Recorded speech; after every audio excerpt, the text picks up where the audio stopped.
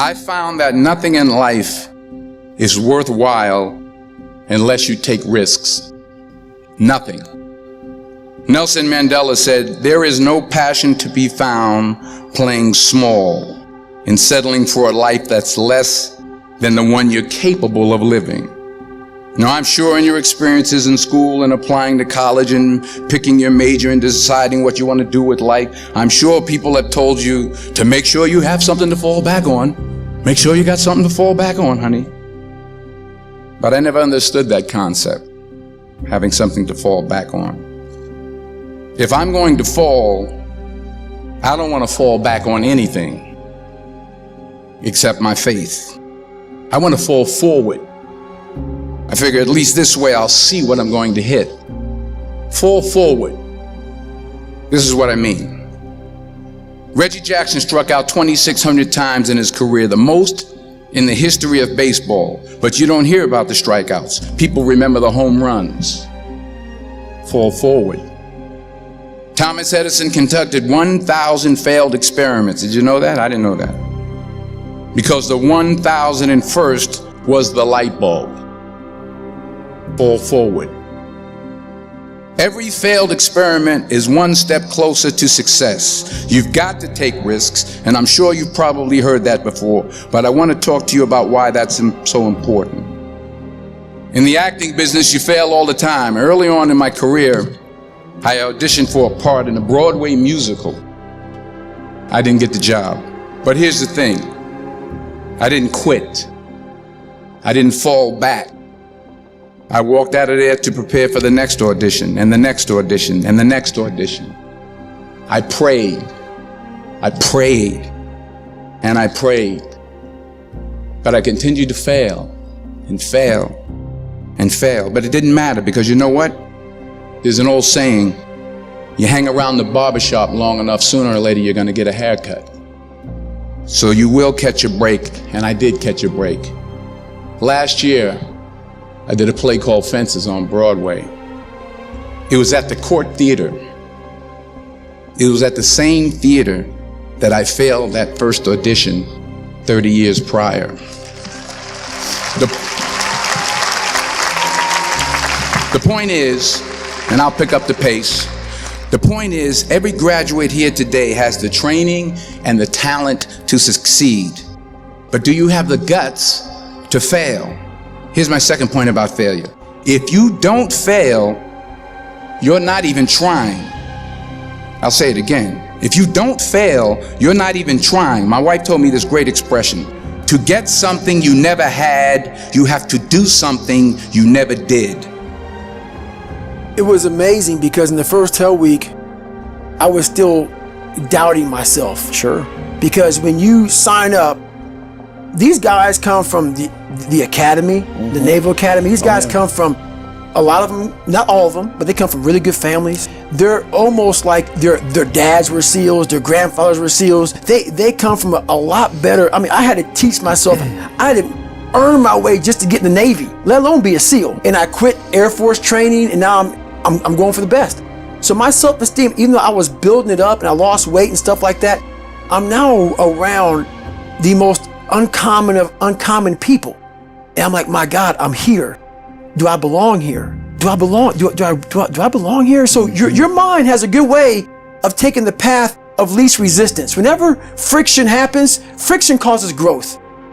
Whenever friction happens, that's why a lot of us don't have any growth, because when friction happens, we go the opposite direction. So in my mind, when friction happened, my mind said, oh, hey man, let's get out of here, You're man. a fraud. Yeah. You're not real. Right. You've lied your whole life. You come from this, you come from this, you can barely read. Those things, so whenever times got hard, my mind said, you're not good enough. Let's go. So my eyes, my mind weren't connecting. You have to remind yourself. We all have a story. All of us have gone through very hard time. But when we're in a hard time, our mind has a way of forgetting what all we've overcome.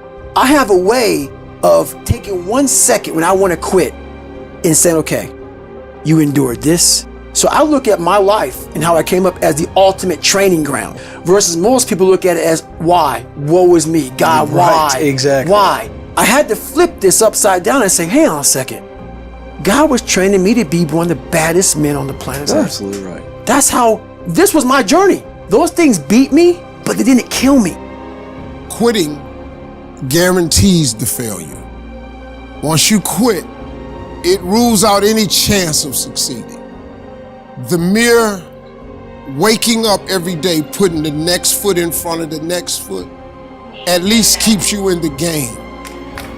And if God is waking you up continually, every morning, once God wakes you up, that's a sign from God that he ain't through with you yet.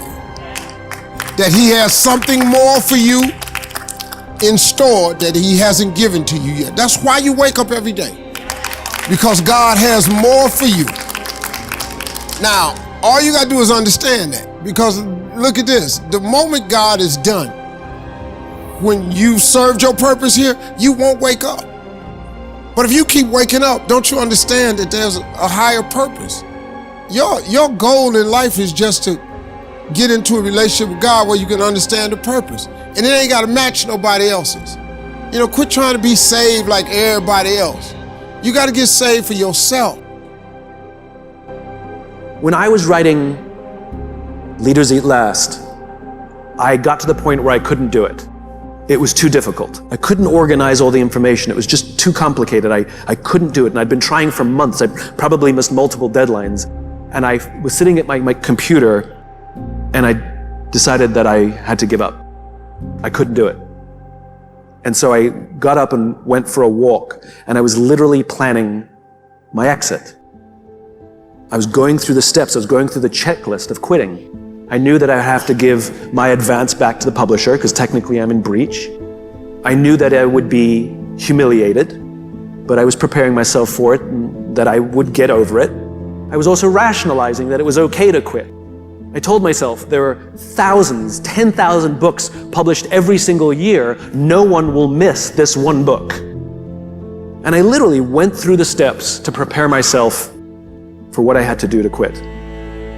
I'm not sure why I did this, but I called a friend of mine who at the time was in the Air Force Special Forces, and I don't even think I said hello when he picked up the phone.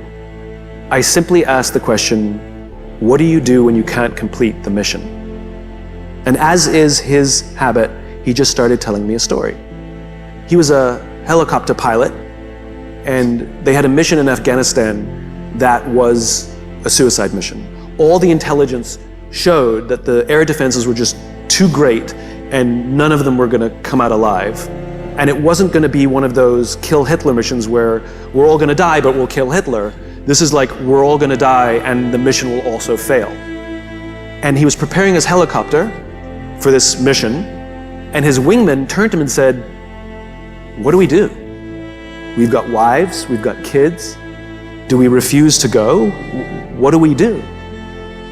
And my friend turned to him and he said, this is what we signed up for. We go. He asked me, he said, is this book more or less powerful than Start With Why? I said, the research has impacted me greater. It's more powerful. He says, all right, I'm going to tell you a funny story. Before I met you, I'd become disillusioned with the Air Force and I was going to quit. And I found this kooky little book called Start With Why, and it completely re-inspired me. And I decided to stay, and I'm a better leader now than I was before because of that book. And if you're saying that this book is more powerful than the first one, then we need this book. He said, this is what you signed up for. You have no choice. Clearly his mission was scrapped at the last minute. The underlying message of this is what you signed up for, you have no choice, wasn't a mean message. The underlying message was, and I will be here with you. The underlying message was, no matter what, you can call me at any time. I've got your back. And that's the important part. I turned around, went back to my desk, and finished writing that book. Not that night. I mean, it took me months, but I never thought of quitting ever again. As soon as I knew that someone was there, someone had my back.